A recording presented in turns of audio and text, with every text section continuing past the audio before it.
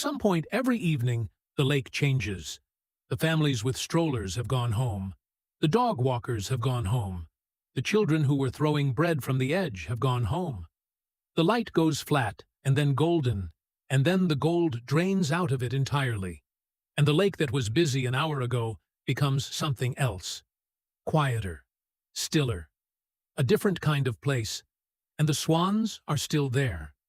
Most people assume that what swans do after dark is simply a slower, quieter version of what they do during the day. Floating, drifting, waiting for morning. The assumption is that the night is essentially empty time for them, a pause between the interesting parts. That assumption is wrong in almost every detail. What happens to swans between dusk and dawn is one of the least observed and most precisely organized parts of their lives. Tonight, while the lake looks empty and still, the swans on it will be doing things that most people who watch them every day have never once seen. Some of them will be engaged in territorial behavior so subtle it is invisible unless you know exactly what to look for. Some of them will be running physiological processes during sleep that researchers are still working to fully understand.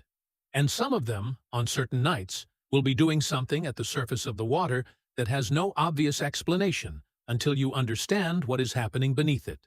Stay until the end, because the last section covers something that happens on winter nights at certain lakes, and that changes completely how you think about what a sleeping swan actually is. Number 1. Where swans actually go when the light leaves the water. The answer is more specific than most people realize, and it is different depending on the time of year, the temperature, and the social situation of the individual bird. A mute swan in an established breeding territory does not simply stop moving when darkness falls. In the hour before sunset, an experienced territorial male will make a circuit of his territory boundaries. This is not random movement. Researchers tracking marked individuals with GPS loggers have documented this pre-roosting patrol behavior consistently. The male moves to the edges of the area he defends, covering the boundary points, checking for the presence of intruders before he settles for the night. He is not doing this because he sees a threat. He is doing it because not checking has consequences he cannot afford. The roost site itself, where the swan will spend the night, is chosen with more precision than most people imagine. Mute swans prefer to roost on water rather than land wherever possible. The reasons are primarily predator-related. A swan on water has a significant warning advantage over a swan on land. The vibration of anything approaching across the water surface travels differently than footsteps on grass. A fox approaching a sleeping swan on a bank can be within striking distance before the swan registers the threat.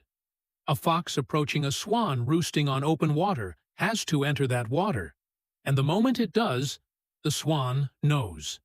The specific roosting location within the water is also not random.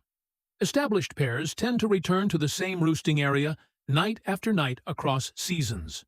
Researchers at long-term study sites have documented roosting site fidelity in mute swans that mirrors what we see in their daytime territorial behavior. The swan knows its water. It knows which part of it is safest at night. And it returns to that part with a consistency that suggests active decision-making, not habit. Number 2. The sleep that is not quite sleep. This is where it gets strange. Swans, like most birds, are capable of unihemispheric slow-wave sleep. One hemisphere of the brain enters a sleep state. The other remains active and alert. The eye connected to the sleeping hemisphere closes. The eye connected to the waking hemisphere stays open.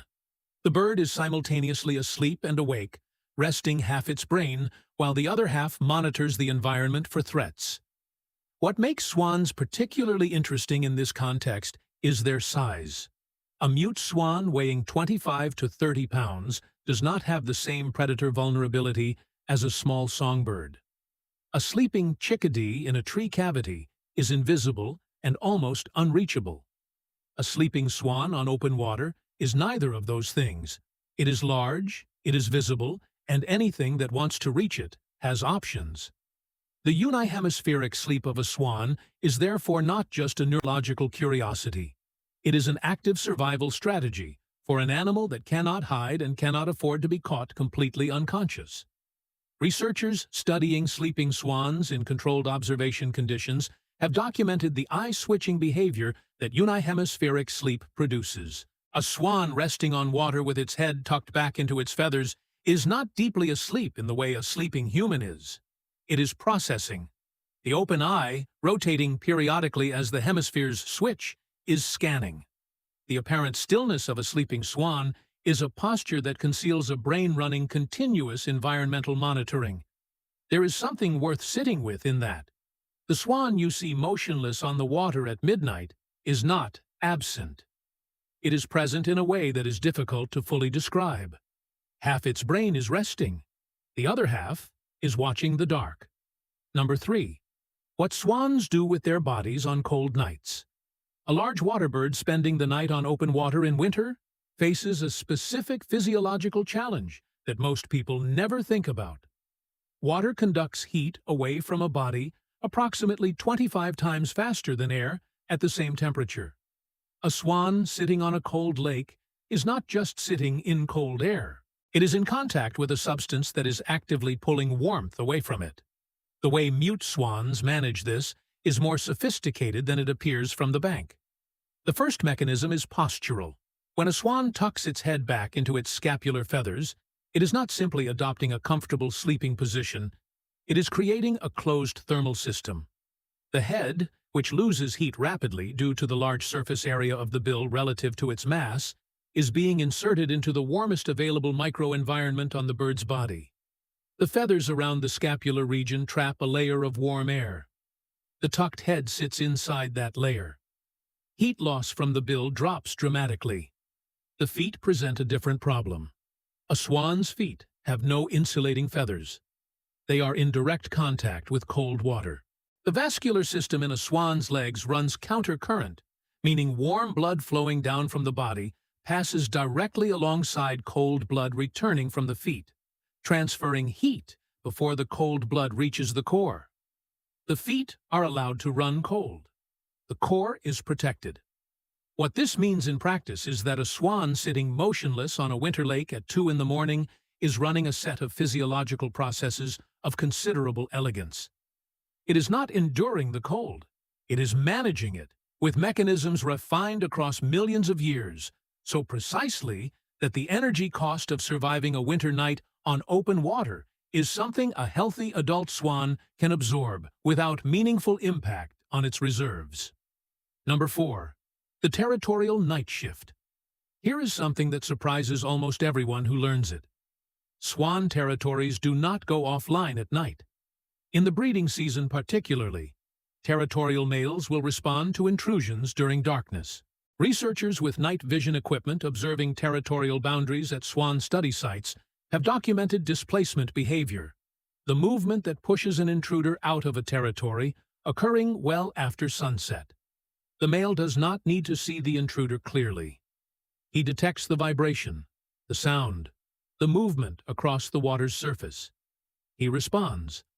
What this means is that the territorial structure of a swan lake, the invisible map of who owns what water and who is permitted to be where, does not pause at dusk. It runs continuously. The bird sleeping on his territory is also, in the most literal sense, guarding it.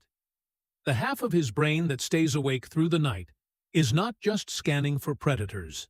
It is monitoring for the specific set of signals that means another swan has entered water that belongs to him. Young, non-territorial swans, the birds without established pairs or home ground, navigate this differently. They tend to roost in groups at the edges of established territories or on neutral water, the parts of the lake that no dominant pair has claimed. There is a social geography to a swan lake at night that mirrors the daytime structure almost exactly, but that most people who visit that lake regularly have never seen, because they are not there when it is running. Number 5. What happens on winter nights when the lake freezes? This is the part that changes the way you think about what a swan actually is. When a lake freezes, the entire system that swans have built their nighttime survival around stops working. The open water advantage disappears. The vibration warning system disappears. The thermal management of sitting on water rather than ice changes entirely because ice conducts heat away from the body faster than water does. What mute swans do in response to freezing conditions is one of the most striking examples of behavioral flexibility in any bird species. First, they move. Swans that have held the same territory through an entire breeding season and the following autumn will abandon it when it freezes and travel to find open water. This can mean flights of tens of miles to reach coastal estuaries, rivers, or lakes where the water remains liquid. The attachment to territory, which drives almost every other behavior in a mute swan's life, is overridden completely by the need for open water. Second, when they cannot move or when the freeze is localized, they create open water themselves. Researchers and regular observers at swan lakes have documented swans using their feet to break thin ice, paddling in tight circles to keep a patch of water from freezing, maintaining a small area of liquid surface through the night by continuous movement. A swan paddling slow circles in the dark on a freezing night, keeping a patch of water open by the effort of its own body, is doing something that requires understanding of a kind that is difficult to explain away. It is solving a problem. It is doing so with its own body as the tool. And it is doing so in the dark, in the cold, for the length of time required, without stopping until the threat has passed. The lake goes dark. The visitors go home. The light leaves the water, and the surface goes still, and it looks, from any distance, like nothing is happening. But the swans are still there, and what they are doing while you are not watching is nothing like what you imagined. The territorial boundaries are being maintained by a brain that is half asleep and half on guard. The body temperature is being managed by a vascular system of extraordinary precision. The ice is being held back, on the coldest nights, by nothing more than the slow circular movement of a large white bird in the dark. You have been walking past that lake for years. You have seen the swans every morning and assumed that what happens at night is simply absence, simply waiting. Now you know what it actually is. Tell me in the comments. Have you ever been at a lake after dark and seen something from a swan that you could not explain? Something that stuck with you? I want to hear it. I read every one.